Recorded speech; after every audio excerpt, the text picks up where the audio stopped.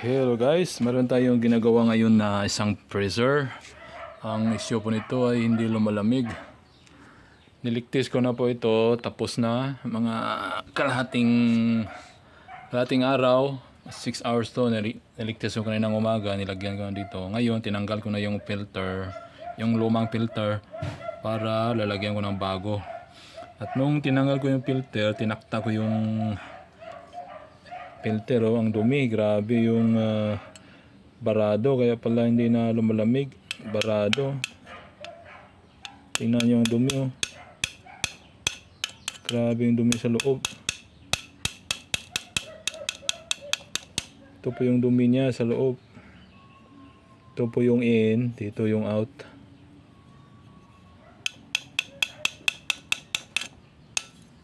Grabe yung dumi.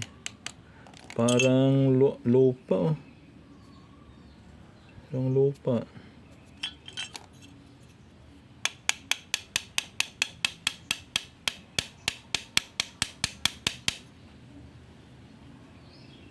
Dito pala, dito. Oh, tingnan mo. Oh. Grabe yung grabe dumi.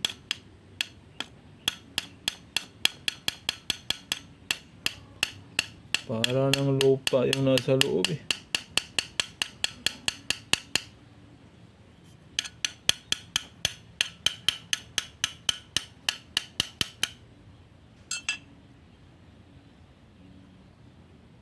Ang dumi ng filter, guys, kaya pala wala nang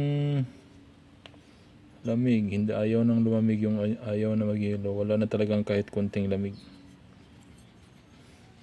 Ito po yung unit, guys. Yung brand niya is Marks. Kaya install ko na yung bagong filter.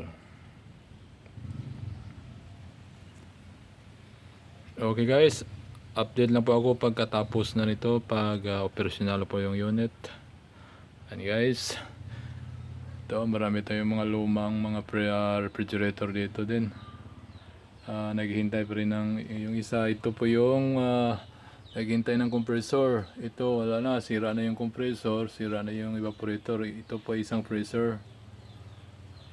Ayaw ko na palitan ng, hindi ko na pinapayo sa may-ari na papalitan ng compressor, kasi yung evaporator niya is butas at maraming mga na lumping, na parang barado na. Ang daming mga nayupi na mga pipe.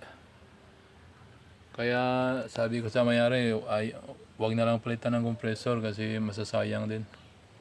Kaabot ng mga ilang buwan, masisira yung compressor dahil sa barado na yung evaporator. Yan guys, update lang po ako nito, yung freezer.